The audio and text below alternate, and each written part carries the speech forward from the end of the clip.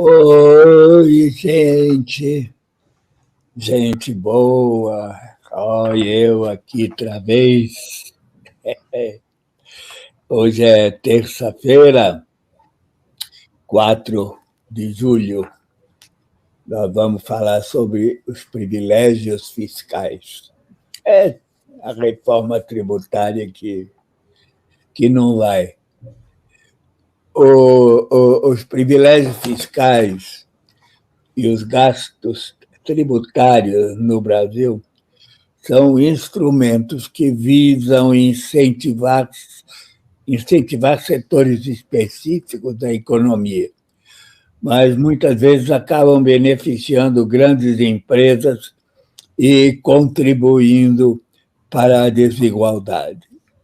Esses benefícios representam uma renúncia significativa de receita, impactando o orçamento público.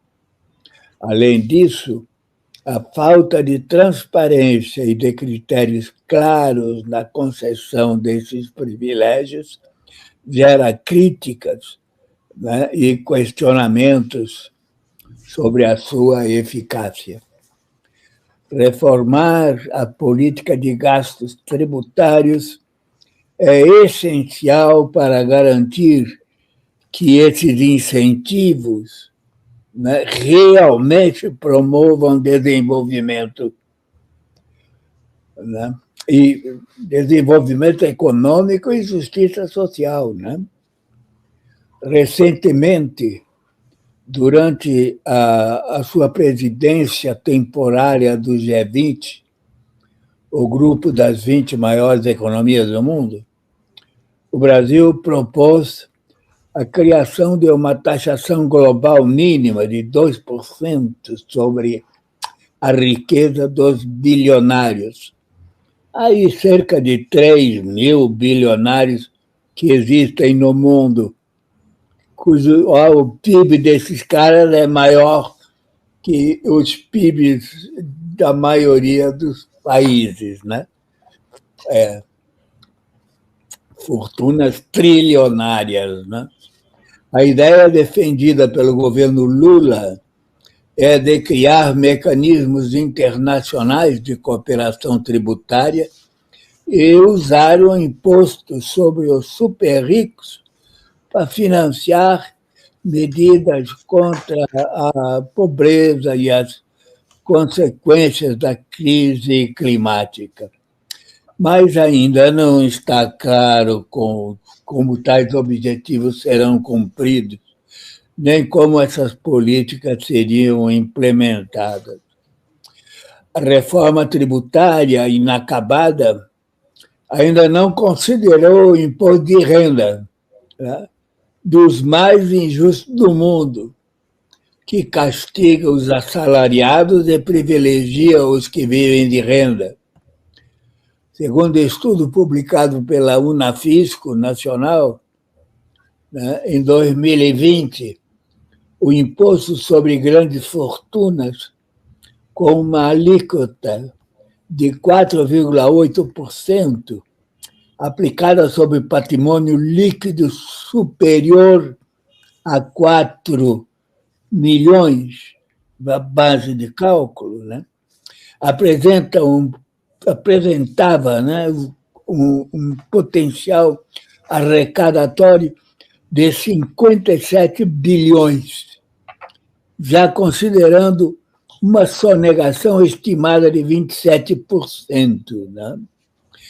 Tributando-se tão somente 220 mil contribuintes, o que representa 0,1% da população brasileira, né? Apresentando o valor corrigido pelo IPCA e o PIB de 2020 para 2023, né?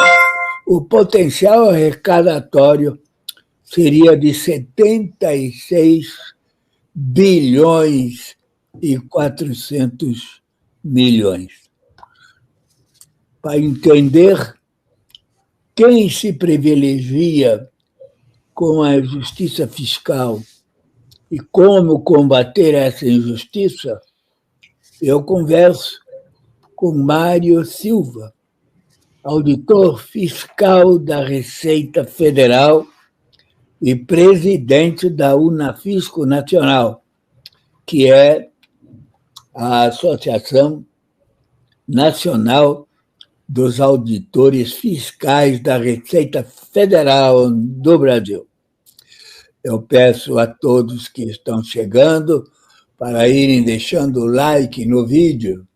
Se você não está inscrito no canal da TV Diálogo do Sul, se inscreva para acompanhar toda terça e quinta o programa Dialogando com Paulo Canabrava.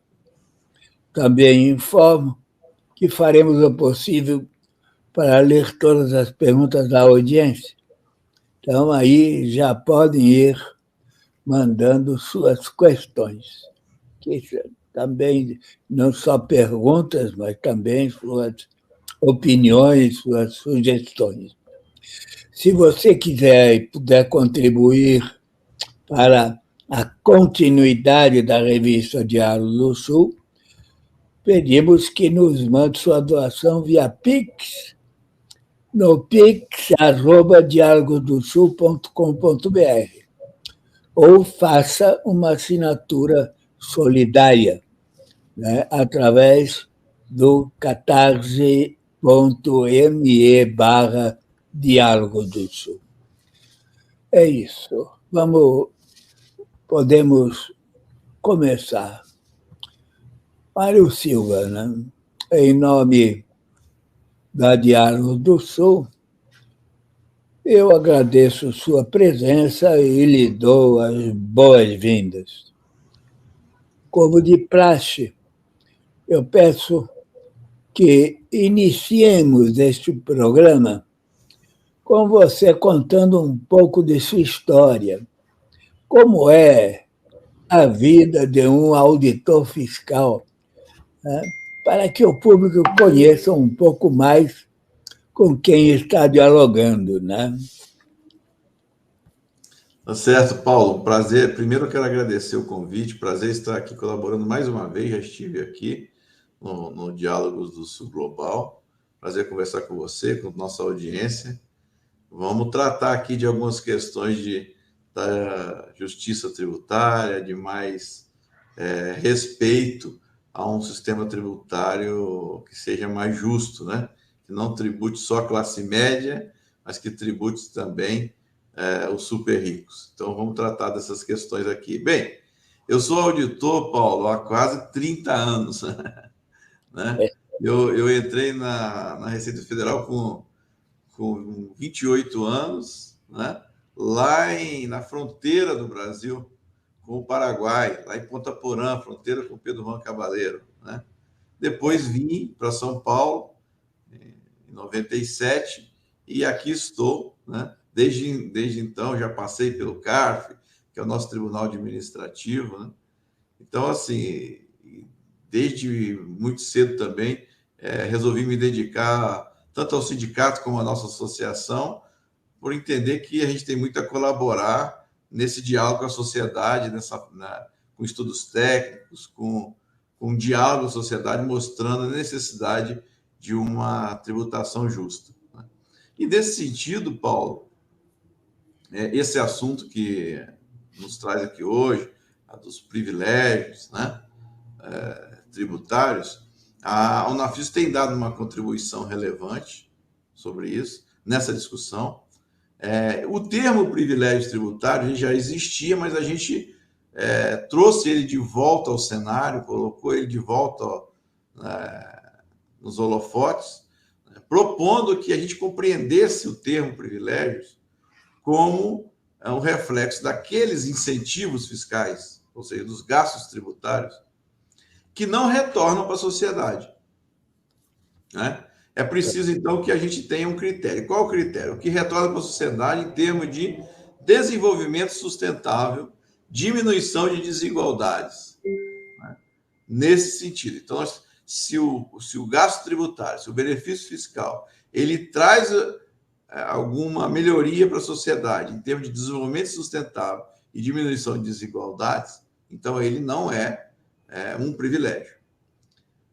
E aí nós pegamos o levantamento da Receita Federal sobre gasto tributário, porque todo ano, o que acontece, né, para os que nós acompanham saber?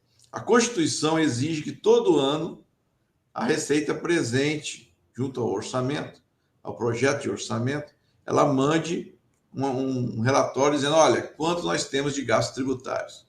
Tá? Seria uma espécie de diálogo entre o Poder Executivo e o Poder Legislativo. O Poder Executivo dizendo ao Legislativo, através desse relatório, olha, Legislativo, como vocês estão aprovando aí muitas isenções, anistias, o Estado brasileiro está deixando de arrecadar esse tanto. Esse é o demonstrativo de gastos tributários, teria essa finalidade. Né? Então, nós fomos nesse demonstrativo e verificamos que tinha para lá de 500 bilhões de gastos tributários. Verificamos também que esse mesmo relatório, ele não continha todas as isenções. É curioso isso, né? A Constituição determina que todas as isenções devam estar nesse relatório, mas tinha uma isenção enorme que de cara a gente viu que não estava. Que era qual? Está aí na moda falar sobre ela. A isenção do imposto de renda na distribuição de lucros e dividendos. Então, é óbvio e notório que deveriam a distribuição de lucros e dividendos sofrer incidência do imposto de renda, e ela não sofre por causa de justamente uma isenção lá de 1995. E esse valor que deixa de ser recolhido, neste demonstrativo de gastos tributários elaborado pela Receita, não consta. Então, a primeira denúncia que a gente faz na nossa nota técnica é essa, que esse demonstrativo deveria constar isso. E qual é o dano que isso causa para a sociedade? Na medida em que isso não consta, isso deixa de ser debatido no Poder Legislativo. Você não alerta o Poder Legislativo, olha, você continua mantendo esse gasto tributário aí todo ano. Então, para todos os efeitos, isso não entrava na pauta do Poder Legislativo, porque a Receita Federal sempre omitiu esse dado. Né? Hoje, segundo o nosso levantamento, nós temos, em 2024, R$ 1 trilhão de dividendos distribuídos, tributado a zero. Você fala, bom, mas espera aí, Mauro. O lucro que gerou esse dividendo foi tributado. Isso, em parte, é verdade, isso é verdade. O lucro que gerou esse dividendo foi tributado, mas não numa alíquota que todo mundo diz, mas esse foi tributado a 34%. Não é verdade, porque há muitas exclusões desse lucro que acaba diminuindo essa alíquota nominal para uma alíquota real muito menor. Né? Nós temos muitas situações de quem há uma situação chamada dupla não tributação. Não paga lá, nem paga cá. Não paga na empresa, nem paga na distribuição. E isso resulta, então, só esse privilégio tributário, já que isso não traz nenhum benefício de desenvolvimento sustentável para o país, só aí nós temos 160 bilhões de privilégios. Só aí que a Receita não estava contando. Então, somando o imposto sobre grandes fortunas, que a Receita também não considera um privilégio, e a gente considera que é um gasto tributário relevante e não tem justificativa e, portanto, é um privilégio.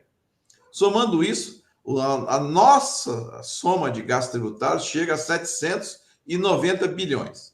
Então, para nós, o total de gasto tributário é 790 bilhões. Desses 790, nós temos aí uns 250 bilhões que são plenamente justificáveis, né? Que contribuem para o desenvolvimento, contribuem para a diminuição de desigualdades. Por exemplo, turbinas eólicas, tem lá um benefício fiscal. Bom, isso contribui para o desenvolvimento sustentável. Né? Uma parte da desoneração de medicamentos também contribui. Uma parte do benefício para empresas do Simples. Por que eu digo que uma parte só do Simples? As empresas do Simples, as menores empresas do Simples, têm uma função muito relevante no Brasil. Isso, nos números da Receita, a gente vê isso. As empresas do Simples, elas geram empregos para as pessoas de menor, vamos dizer assim, formação acadêmica, né? de menor qualificação. Então, as pessoas, os brasileiros de menor qualificação, são empregados onde? Nas grandes empresas? Não, nas empresas do Simples. Então, nós vimos aí algo relevante para o desenvolvimento. Porém, não é tudo. Hoje, pode ser, tem até mineradora que é enquadrada como Simples. Aí a coisa já começa a ficar exagerada. Então, a gente limitou esse benefício do Simples a empresas com faturamento anual até 1.800.000. Isso, então, uma parte desse benefício é o Simples, não é privilégio, mas uma outra parte é, né? Então, a gente vai somando aí mais um privilégio. E tem um grande privilégio também, né, que é a Zona Franca de Manaus. Você fala, peraí, gente. Mauro, tem lá um monte de gente lá na Amazônia precisando de ajuda. Precisamos incentivar o desenvolvimento da Amazônia, né? Então, por que vocês colocam isso como privilégio? Bom, seria, vamos dizer assim, a gente ficaria aqui um dia todo ou mais explicando, mas a verdade é que os benefícios fiscais que vão para a Amazônia, eles acabam no bolso da Coca-Cola, dos diretores da Coca-Cola, dos diretores da Ambev, diretores de grandes empresas, e não vão para a população da Amazônia, né? Tivemos uma situação uma vez, Paulo, muito curiosa. Uma vez a Receita tentou diminuir esse benefício da Zona Franca, que é um benefício que envolve, entre outros impostos, do IPI, e de fato diminuiu. E quem é que baixou no gabinete do secretário da Receita? O presidente da Coca-Cola apareceu lá no gabinete do secretário da Receita. Por quê? Porque, ao diminuir este benefício, ia diminuir a bonificação dos diretores da Coca-Cola matriz lá fora.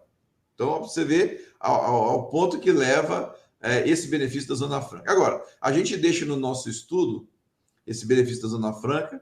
Olha, à medida que nós tivermos um estudo de quanto esse benefício traz para a sociedade, certamente não é todo o benefício que é bom para a sociedade, mas uma parte dele deve ter, mas nós não conhecemos esse estudo, nós tiramos, então, da lista de privilégios. Hoje, ele, no nosso levantamento, consta Zona Franca como um dos 5 maiores privilégios. É um tema sempre polêmico, né? Quem são os caras que estão na Zona Franca aí? Você falou a Coca-Cola. O que a Coca-Cola faz na Ambev?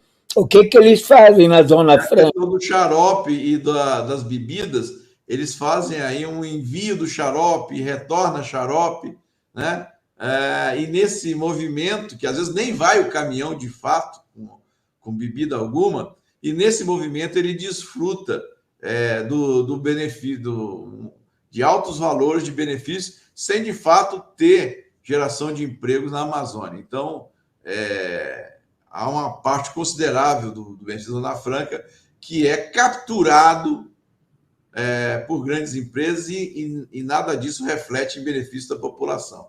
Então, isso precisa ser levantado. Quanto disso acontece? A gente sabe que isso acontece e isso precisa ser levantado. Então, isso é um dos privilégios que a gente denuncia que de fato existe, mas tem uns outros. Tem uma coisa curiosa, por exemplo, benefício para a indústria automobilística, Paulo, chamado Rota 2030, tem lá alguns bilhões. Agora é o Mover, né?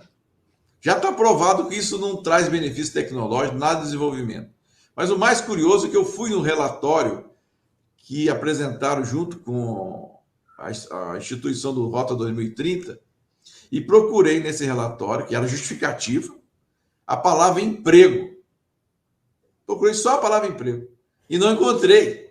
Quer dizer que a preocupação ao instituir este benefício fiscal com emprego era zero, né? E aí nós já temos vários estudos mostrando que esses benefícios acabam não gerando, não garantindo emprego e acabam, você falando aí, vamos produzir carro elétrico? Bom, você está produzindo um bem que só os ricos consomem, né? Porque um carro elétrico na faixa de praticamente R$200 mil não é nem a classe média que consome, né? Então se gerasse emprego, né? E houvesse a garantia de emprego, você poderia dizer que os operários seriam beneficiados, teriam gerado emprego, dinamizaria a economia, mas nada disso é garantido, nada disso é demonstrado. Então, Eu cito mais um caso de privilégio, embora não esteja entre os 5 maiores, mas só para te ilustrar uma situação em que não há nenhuma preocupação em ter retorno para o desenvolvimento sustentável, para geração de emprego, ou para diminuição de desigualdade. Então, é isso que é uma crítica bastante dura que a gente faz todo ano, mostrando, e eles só crescem, Paulo, e as pessoas que nos assistem também precisam se indignar com isso. Desde 2020, desde a pandemia, nós saímos aí de 300 bilhões para chegar em 700 bilhões de benefícios, e no meio desses benefícios, os privilégios só crescem, né? Só crescem. Não houve ainda a obediência ao próprio texto constitucional que diz que esses benefícios não deveriam ultrapassar 2% do nosso PIB. Daria aí uns 200 bilhões hoje, né? Nosso PIB que está ultrapassando os 10 trilhões, né? Então, daria aí uns 200 bilhões. Mas nós temos gasto tributário da ordem de 790 bilhões. Então, nós temos uma jornada enorme aí de corte de privilégios tributários que nós devemos discutir. Isso não é fácil, viu, Paulo? Porque os defensores estão todos albergados no Congresso Nacional. Eles estão lá defendidos dentro do Congresso Nacional, devidamente representados, ao passo que a classe média está muito pouco representada no Congresso Nacional. Isso aí que queria que você explicasse, detalhasse mais, como isso afeta a população no dia a dia, né? Classe média, trabalhador, tal. Veja, na medida que o governo deixa de arrecadar, né, em privilégio, mais de 500 bilhões, imagina o quanto de política pública, de quanto de hospital, de escola, de segurança pública nós poderíamos melhorar nesse país, né? Política de assistência para tirar muita gente que está aí na fome, né? E morando em situações de calamidade. Então, há muita política pública que poderia ser feita e deixa de ser feita. E tem também, falando agora para a classe média. Hoje, a classe média, Paulo, ela está pagando a conta das políticas públicas, porque a tabela do imposto de renda está congelada, né? Nenhum governo vem reajustando a tabela de acordo com a inflação. Nós continuamos com a defasagem que ultrapassa 150% na tabela. Então, o quanto que a classe média paga mais de imposto de renda todo ano? Quase 200 bilhões. Então, veja, nada acontece por acaso. Nós temos privilégios da ordem de 500 bilhões e a classe média pagando mais de 200 bilhões. É fácil você ver que nós estamos aliviando os poderosos e os mais ricos e onerando a classe média, né? E essa outra diferença, deixando de fazer política pública para os mais pobres. Então, é fácil compreender a situação do nosso país quando a gente olha esses dados, né? Esses mais de 500 bilhões, tem 200 bilhões saindo das costas da classe média e mais de 300 bilhões do que poderia ser aplicado em política pública para os mais pobres. Então, a origem aí das desigualdades, né, e da pobreza ainda que existe no Brasil, ela se explica bastante por essa situação dos privilégios tributários que a gente está tratando aqui hoje. E os gastos, como são os gastos tributários que não são considerados privilégios, né? Quais são como isso também incide no orçamento e no PIB, né? Exatamente. Aquilo que não é considerado privilégio, né? Aquilo que eu falei, ele traz algum benefício para o desenvolvimento sustentável, diminuição de desigualdade. Como eu falei, eu tenho energia eólica, eu tenho a questão dos medicamentos, uma parte da desoneração da cesta básica, né? Tenho também para idosos a dedução de despesas médicas na declaração do imposto de renda. Então, uma série de benefícios, né, que acabam sendo notoriamente, não tem relatório que demonstre, mas notoriamente contribuem para o desenvolvimento. Então, no nosso estudo, a gente retira e dá os 200 e poucos bilhões de gastos tributários que são justificáveis, né? E ficam com mais de 500 bilhões que são injustificáveis, que são os tais privilégios. Então, a classe média pode sentir, por exemplo, quando ela faz uma dedução de despesa médica, isso é uma política pública que representa, é um gasto público, mas que justifica para se aliviar os gastos no sistema público de saúde. Então, tem uma justificativa. Então, uma série de benefícios que tem essa justificativa. A gente não acha que todo incentivo tributário é ruim, não é, né? É normal países no nível de desenvolvimento do Brasil usarem os incentivos, né, tributários, benefícios tributários, para estimular este ou aquele setor, né? Só que isso precisa ser bem justificado e precisa ter um tempo máximo, né? Tem uma outra coisa que acontece, Paulo, no país, é o seguinte: existe uma lei de diretrizes orçamentárias que dá os critérios para você fazer o orçamento. E depois vem o orçamento público, né, do governo federal, por exemplo. E essa lei de diretrizes diz assim, olha, não pode ter nenhum benefício que dure mais de 5 anos. Então, essa é uma daquelas leis que não pega no Brasil, porque já existe essa lei há décadas e os benefícios são criados e acabam subsistindo por mais de 5 anos e nada acontece. Essa é a verdade. Então, as pessoas precisam ter consciência disso, né? Falta essa cobrança para que essa lei seja respeitada. Então, cria-se um benefício e ele fica ad eterno, né? Beneficiando alguns poucos. Então, é isso que a gente tem que estar alertando, e nós estamos fazendo isso. Todo ano a gente lança um novo estudo para denunciar isso. Isso é nesse ponto que eu queria chegar aí, né? Como é possível combater esses privilégios? Qual é a repercussão que a Unafisco tem junto à população?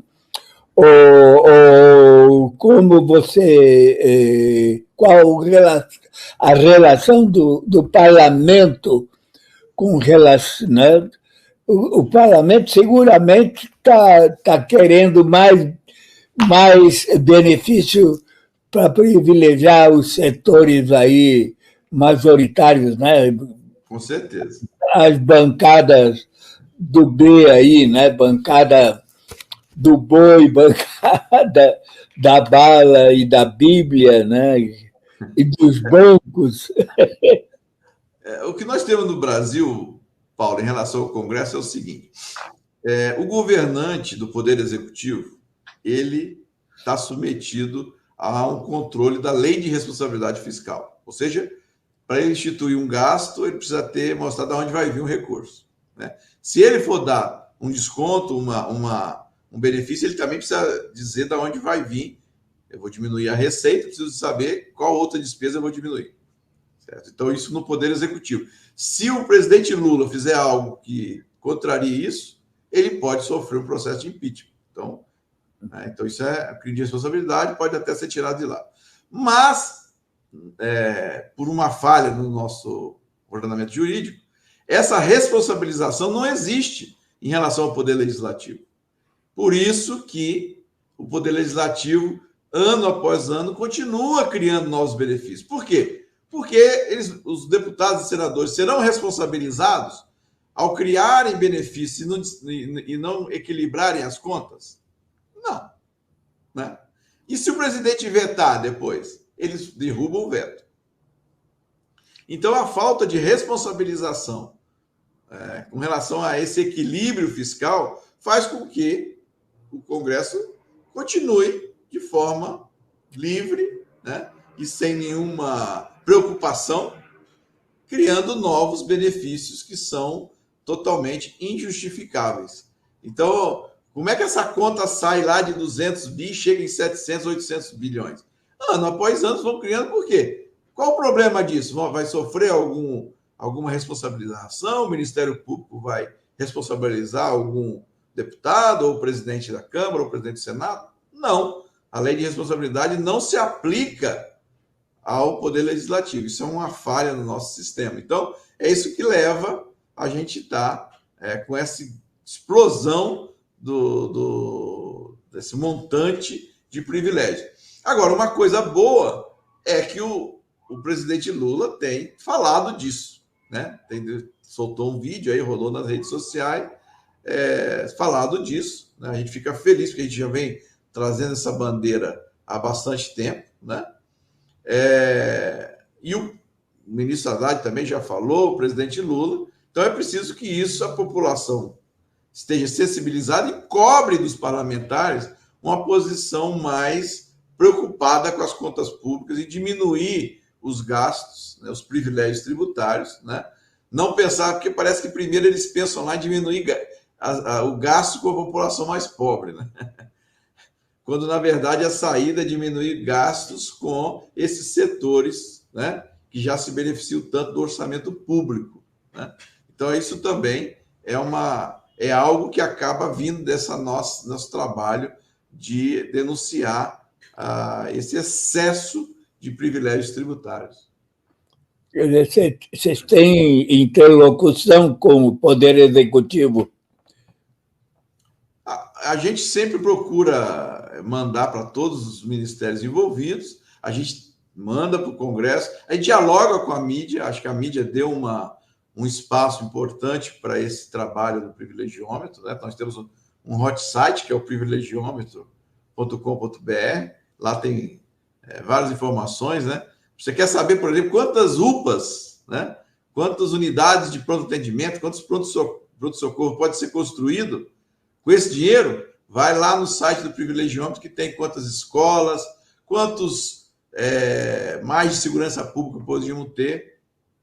Isso é apresentado lá em nosso hot site, e isso tem tido um apoio aí de alguns setores da mídia também que se preocupam em fazer esse debate do excesso de gastos tributários inúteis, injustificáveis, que não beneficiam a sociedade, né?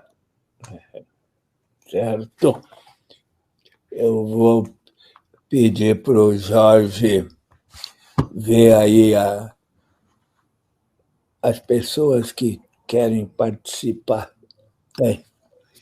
Aí o Gabriel Duarte. Boa tarde. Ele gostaria de saber a opinião se o Brasil usa de forma errada a isenção de tributos em certos produtos. No final, os ricos são favorecidos. É uma pergunta interessante, muito atual. Isso tem a ver com a reforma tributária. O que acontecia antes do modelo que vai estar sendo implantado agora? A gente isentava, por exemplo, a cesta básica, mas isentava os produtos, né? E tinha até salmão na cesta básica, o que é né? Normalmente o poder aquisitivo dos mais pobres não chegariam nesse tipo de alimento. Então, vai ter uma distorção. Mas vamos lá. Mesmo aqueles alimentos, vamos dizer assim, naturalmente reconhecíveis como da cesta básica, também são consumidos pelos mais ricos. Então, quando você isenta o produto, você gera uma distorção, porque aí esse benefício acaba sendo desfrutado pelos mais pobres, sim, mas também pelos mais ricos. O que vai fazer agora a reforma tributária o tal da devolução, tem um anglicismo aí, que é o cashback, né? Então, para a população mais pobre, vai haver uma devolução do imposto que ela gastar nesses produtos da cesta básica. Então, se alguém da classe média ou da classe rica, né, adquirir um produto, ele vai pagar o preço normal e vai estar lá o tributo, né? Aquele mais pobre que adquirir, ele vai ter o imposto devolvido, né, como cashback. Isso acaba, então, solucionando, em parte, esse problema que existia nos impostos sobre o consumo, né? Que tem alguns que são federais, né, que é o PIS e a COFINS, mas tem os estaduais e municipais, que é o ICMS e o ISS.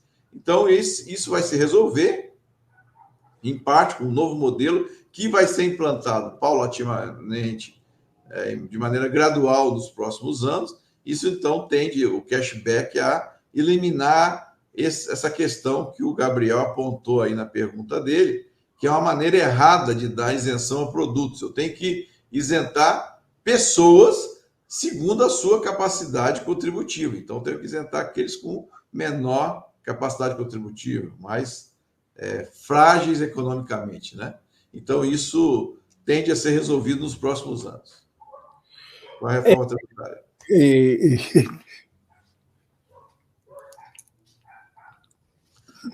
Entendi. André Ribeiro, né? É. Essa devolução vai ser através do CAD. Como vai ser feita essa devolução, né, para Isso está sendo ainda conformado agora, nós estamos em plena regulamentação disso no Congresso, mas a proposta que está ganhando mais força é devolver para as pessoas do CadÚnico. É isso aí, CadÚnico. Não só Bolsa Família, mas CadÚnico. Haveria um escalonamento, né? Então, mas a proposta que está se desenhando mais forte, com mais apoio, é essa. Que é do cadastro único, né? Essa é uma pergunta. Aí Lívia Aragão, hoje temos taxa de desemprego baixa, inflação controlada, então por que o dólar está tão alto?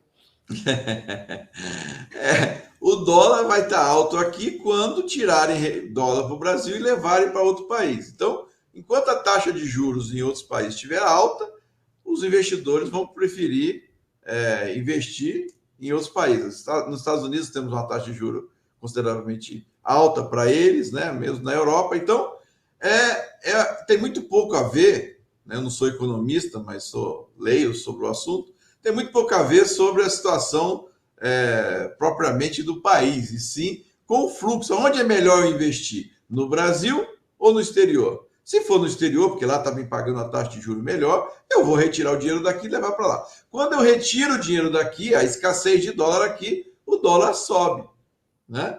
Então, eu acho muito difícil que seja pela irritação do mercado com as falas do presidente Lula. Isso chega a ser um pouco pueril até falar que o dólar subiu porque o presidente Lula ficou pegando no pé do presidente, fica criticando o presidente do Banco Central, né?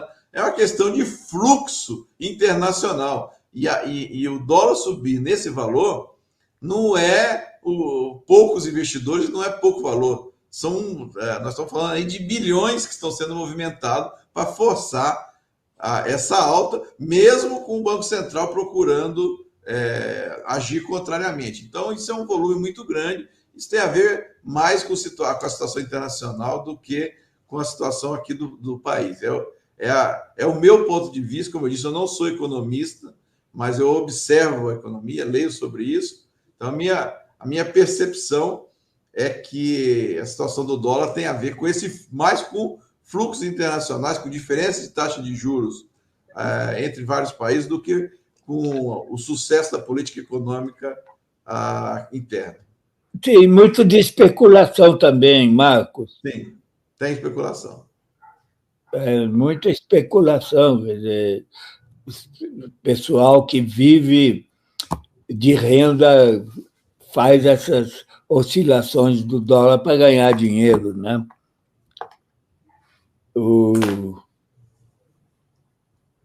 Como é que está aí? O Rafael Gomes. Mauro, tem jeito de fazer uma reforma tributária justa, que o Brasil, tendo tantos lobbies fortes, querendo privilégio? Veja bem, uma parte da reforma tributária está em andamento, que é a parte da reforma tributária sobre o consumo, né? Já está em andamento, já aprovamos a reforma na Constituição, agora nós precisamos das leis para organizar Isso vai se dar no período de vários anos, décadas, até nós estamos falando de tributos que arrecadavam muito. Então, isso para fazer essa mudança tem que fazer isso de forma gradual. Isso vai sendo feito de forma gradual nos próximos anos, até 2030 e tantos, nós vamos fazer a mudança do sistema lá nos impostos sobre o consumo. Mas há muita injustiça nos tributos sobre a renda e sobre o patrimônio, né? Isso não foi tratado ainda. Quando eu falei lá atrás sobre tributação de dividendos, por exemplo, é tributação sobre a renda. Quando eu falei da defasagem na tabela do imposto de renda, é tributação sobre a renda. Então, a parte da reforma tributária que diz respeito à tributação sobre a renda ainda não foi tratada, né? Então, é preciso tratar isso, né? Eu acredito a mesma força que foi empregada para fazer a reforma tributária do imposto sobre o consumo, que não foi uma tarefa fácil, não está sendo, que a reforma ainda está em andamento, né, dos impostos sobre o consumo. Essa mesma disposição pode ser usada para reformar a tributação da renda, embora é aquela história. Aqui, nós vamos afetar os mais ricos. Na tributação sobre o consumo, como isso afeta diretamente o consumidor, os mais ricos se opuseram um pouco, né? Agora, aqui, nós vamos encher diretamente no bolso dos mais ricos. Então, eles que estão muito bem representados. Qual seria a reforma do imposto de renda ideal, né? Quanto isso poderia gerar, né? Veja bem, só de tributação de lucros e dividendos, a nossa proposta, né, que é incluir 75% do valor que você recebe de dividendo na tabela do imposto de renda, isso geraria 160 bi por ano, né? Só a questão de lucros e dividendos. Uma das propostas, né? Existem várias maneiras de você fazer isso. A nossa proposta é nesse sentido. Então, veja, isso já organiza um pouco mais. A tributação do imposto sobre grandes fortunas, né? A gente trouxe uma proposta já em notas técnicas passadas, que hoje está ultrapassando os 70 bilhões, né? Dentro de definindo aí grande fortuna, sendo aquilo que ultrapassa $1 milhão, que seria 5 milhões de reais, né? Então, a partir disso, haveria uma tributação. Então, há muito que ser feito na tributação do patrimônio e da renda para a gente melhor organizar, né, a justiça. Tem uma outra situação. Hoje, no Brasil, a legislação permite que o fenômeno que a gente chama de pejotização, né, que aqueles maiores salários das empresas não sejam pagos por meio da CLT. E sim, você contrata como se o cara fosse um prestador de serviço. E não é.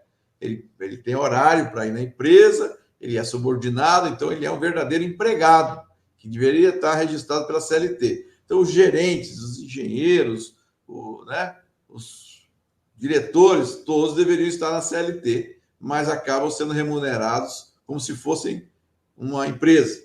E aí eles são submetidos a uma tributação menor. Isso também é uma brecha que tem na legislação que nós precisamos enfrentar, né?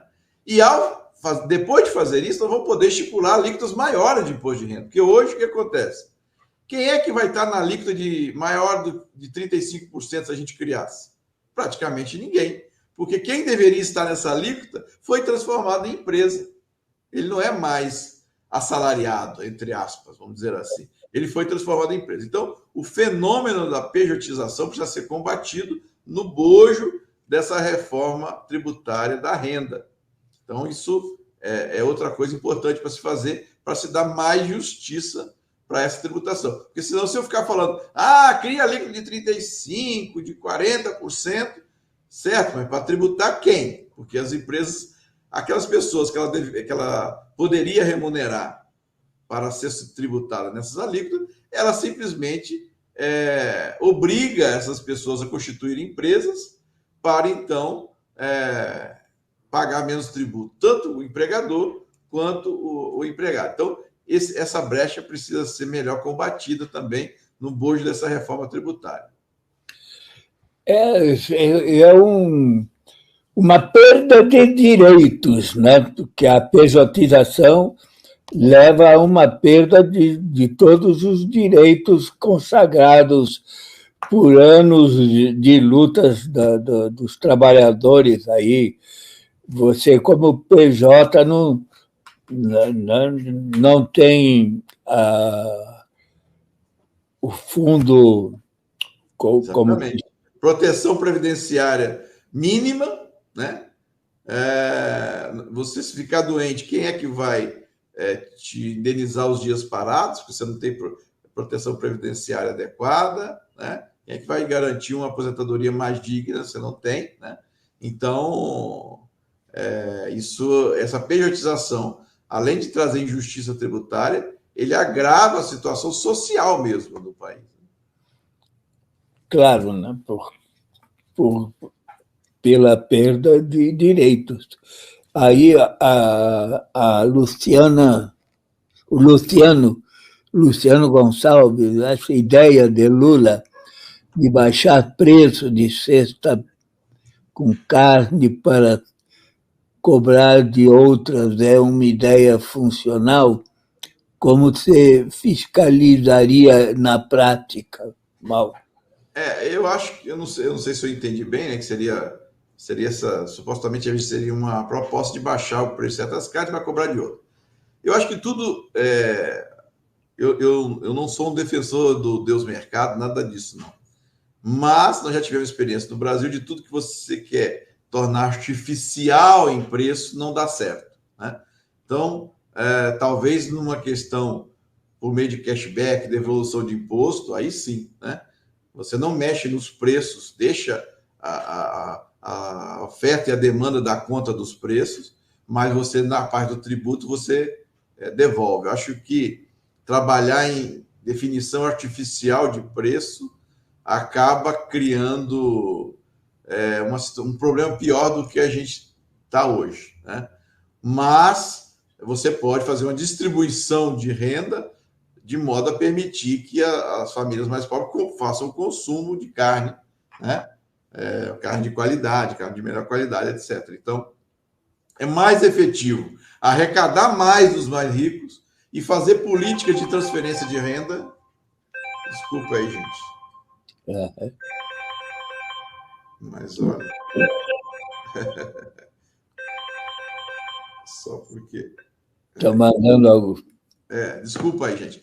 Mas então, é mais efetivo a gente fazer uma tributação justa, mais justa, dos mais ricos, e transferência de renda para os mais pobres, programa de geração de emprego, de geração de renda para os mais pobres, para que eles possam consumir, do que fazer qualquer tipo de trabalho com preços artificiais, e acaba, no final das contas, como nós já vimos, isso levando para a inflação, e a inflação é o maior inimigo do mais pobre.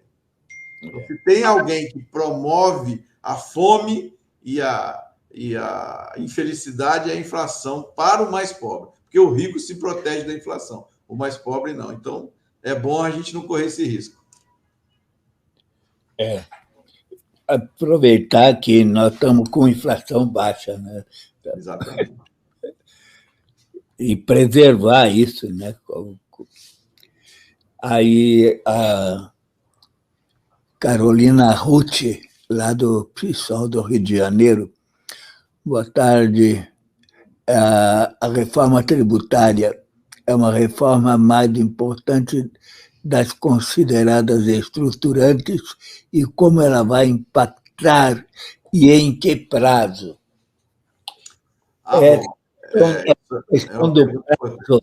Essa questão do prazo, que seria interessante você explicar isso. Tá. Então, como eu disse, a reforma tributária do consumo, ela afeta um dos tributos que mais arrecada, que é o Imposto sobre Circulação de Mercadorias e Serviços, né? Então, nós não poderíamos ter êxito numa reforma tributária se a gente fizesse isso de maneira abrupta, né? Então, uma das grandes virtudes que levaram a gente poder concretizar a reforma tributária no ponto que ela está hoje é o fato dela ser gradual, né? Então, no primeiro ano, você começa com a alíquota baixa, vai testando o funcionamento da reforma, e isso vai durar aí mais de uma década para o consumidor, né? Isso vai começar lá em 2027 e vai aos poucos. Mas, o que acontece? Prevê-se que isso vai gerar uma dinamização da economia, né? Você vai passar a cobrar de quem de fato consome, vai diminuir uma certa acumulação de impostos que você tinha, acabava onerando muito os preços, né? Então, você vai tributar lá quem consome, vai diminuir a guerra fiscal, né? Um Estado querendo tirar receita do outro, isso acabava todo mundo sendo prejudicado. Então, no decorrer aí da próxima década, das próximas 2 décadas, prevê-se que nós podemos ter acréscimos significativos no PIB vindo da simplificação que virá com a implementação gradual da reforma tributária. Entendeu? Agora, eu quero dizer que há um problema aí.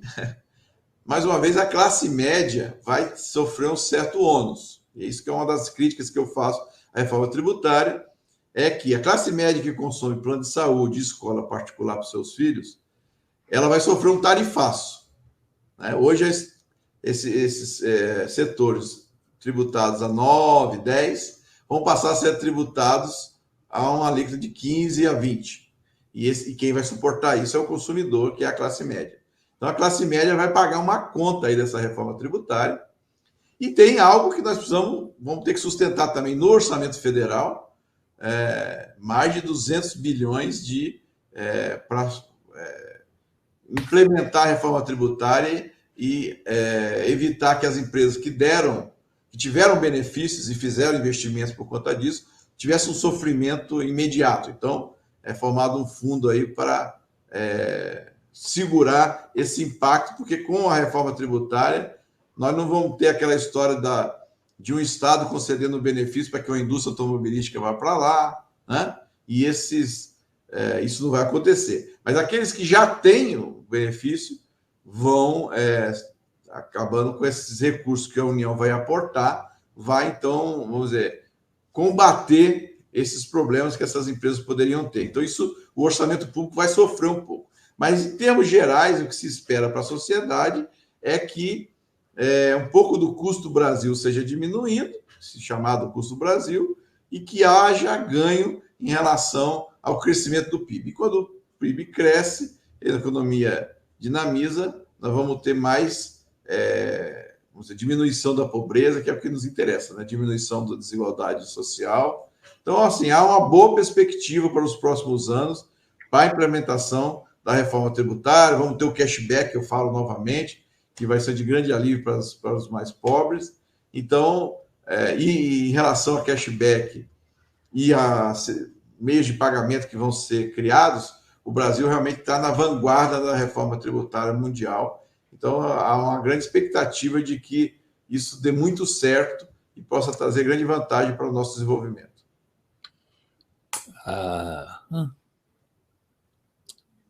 O Luiz Lonha. Ótimo programa, amigos. Queria muito saber do Mauro como ele entende que pode ser resolvida a dívida dos municípios. Resolver isso é essencial para o equilíbrio fiscal, não é verdade? Olha, eu sempre penso pelo meu cargo, né, pelo que eu exerço há 30 anos, um pouco pelo lado das receitas. Eu acho que há uma fonte de receita muito importante para os municípios que eles estão negligenciando, que é o imposto territorial rural. O ITR é um imposto federal, mas os municípios podem celebrar convênios, né, e ficar com 100% do que arrecadam do ITR. Então, eles vão poder fiscalizar, arrecadar e julgar, agora mudou a lei, eles vão poder também julgar os recursos dos contribuintes. Então, o município que tem proximidade com os problemas que envolvem o setor rural, vai poder, então, ver quais que não estão pagando o ITR adequadamente. E isso, principalmente para os pequenos municípios, é muito relevante.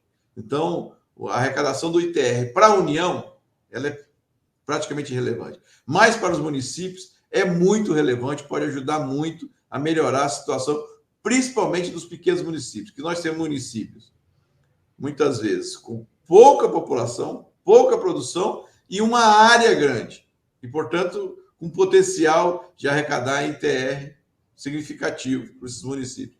Então, se os municípios trabalharem para fazer convênios e fiscalizar e cobrar, né, o ITR, é uma fonte interessante de receita que pode ajudar os municípios a lidarem com a sua situação de dívida.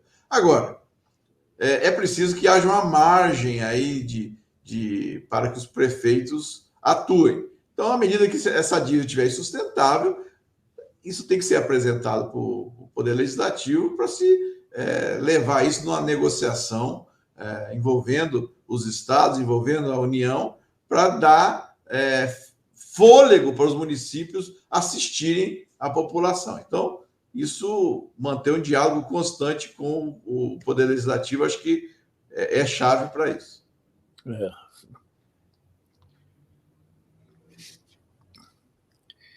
Lúcia Mari Ramos gostaria de perguntar ao Mauro o que ele acha que pode ser feito para que não tenhamos que viver fazendo mini-reformas econômicas, tributárias e previdência. Olha, eu acho que a gente tem que, como se diria, empoderar os mais pobres, no sentido de que nós sabemos que o PIB, 65% do PIB vem do consumo. E os mais pobres consomem 100% de sua renda. Então, se a gente fazer política de distribuição de renda, fazer política de geração de renda, de geração de emprego, e empoderar e dinamizar a economia nessa base, nós vamos ter um consumo muito grande. E quando a economia vai bem, ninguém fala de reforma previdenciária, reforma disso ou daquilo. No governo Lula 1 e 2, nós tivemos isso, a economia estava em alta e ninguém falava nisso, só se falava em surfar a boa fase da economia. Então, assim, se a economia vai bem, todas essas necessidades dessas reformas acabam sendo afastadas, né? Eu não vou precisar de fazer reforma da Previdência, porque a Previdência vai estar arrecadando muito com a economia dinamizada, né? Economia dinamizada, as empresas não ficam reclamando que a carga tributária está muito alta, porque elas estão tendo bastante resultado. Então, e para dinamizar a economia, a gente tem que empoderar as pessoas de menor renda, conseguir que a renda da população mais pobre cresça, como eu disse. Lógico, o investimento público, o investimento privado é importante para o PIB, mas não são 65% como é o consumo. Então, quem é a locomotiva do PIB é o consumo, e o consumo vem das classes mais pobres. Então, para mim, a solução para não se ficar fazendo mini-reformas é fazendo a economia deslanchar, e a economia vai deslanchar quando a gente empoderar economicamente os mais pobres. É isso aí. Paulinho do Futuro. Opa, isso aí é do futuro. O governo está conseguindo emplacar essa agenda ou algo nesse sentido? Então... Aí... que nós temos no sistema democrático, né? É preciso haver o diálogo entre os poderes, né? Entre o poder executivo e legislativo. Então, nós elegemos o presidente Lula com uma maioria apertada, né? E essa outra metade foi muito formar um Congresso Nacional mais conservador. Então, o governo Lula, para implantar certas políticas de distribuição de renda, de valorização dos mais pobres, encontra resistência dentro do Congresso Nacional, né? Que, obviamente, se fala... No Congresso Nacional só quer se falar de diminuir gastos, né? Não os gastos tributários e os privilégios, não, os gastos com programas sociais, né? Então, esse sucesso vai depender também do presidente Lula, muito hábil politicamente, conseguir romper a barreira que tem dentro do Poder Legislativo para que essa agenda seja implementada, de gerar renda para os mais pobres e maior justiça, tudo isso. Tá certo. Aí, Ana Laura, muito se fala de responsabilidade fiscal hoje, do jeito que é hoje, de hora ter governo com responsabilidade fiscal e social ao mesmo tempo. Isso é um desafio muito grande, porque a irresponsabilidade fiscal gera alguns desvios da economia, como a inflação, e a inflação penaliza os mais pobres. Então, quem sofre com a inflação são os mais pobres. Quem sofre na recessão são os mais pobres. Então, de um lado eu posso ter inflação, penalizo os mais pobres. De outro eu posso ter recessão e penalizo os mais pobres com o desemprego. Então, assim, por um lado, não dá para abrir mão da responsabilidade fiscal. Não dá. Mas eu posso ter uma responsabilidade fiscal olhando para gerar renda para os mais ricos, ou posso ter uma responsabilidade fiscal para olhar para gerar renda, emprego e oportunidade para os mais pobres, mas firme ainda na responsabilidade fiscal. É isso que diferencia o governo A do B, né? De direita e de esquerda, né? Não dá para, mesmo o governo como o do presidente Lula, o governo mais progressista de esquerda, abandonar a responsabilidade fiscal, porque ele acaba levando para um extremo ou outro, ou para recessão, né? Desemprego e sofrimento para a população mais pobre, ou para a inflação, que, novamente, sofrimento para os mais pobres que não tem proteção da inflação. Então, nós podemos ter responsabilidade social, e devemos ter, mas sem abandonar a responsabilidade fiscal, porque sair desse desafio pode ser momentaneamente bom, mas no momento seguinte vai acabar sendo ruim. Então, é melhor se manter na responsabilidade fiscal e ter olhos para a responsabilidade social também. Aí estamos nos aproximando do encerramento.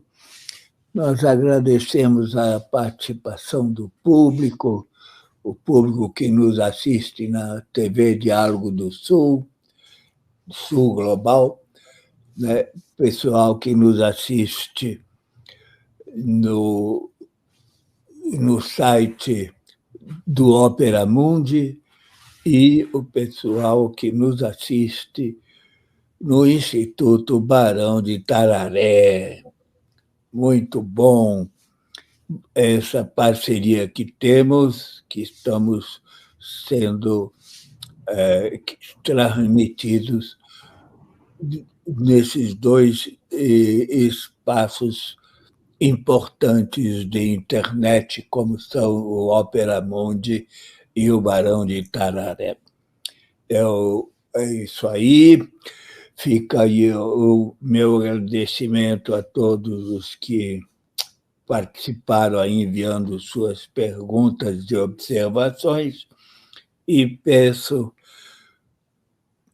para você, Marcos, aí, se despedir da turma aí. Pessoal, eu agradeço demais ao convite do Paulo. Sempre que convidado, estarei aqui para discutir.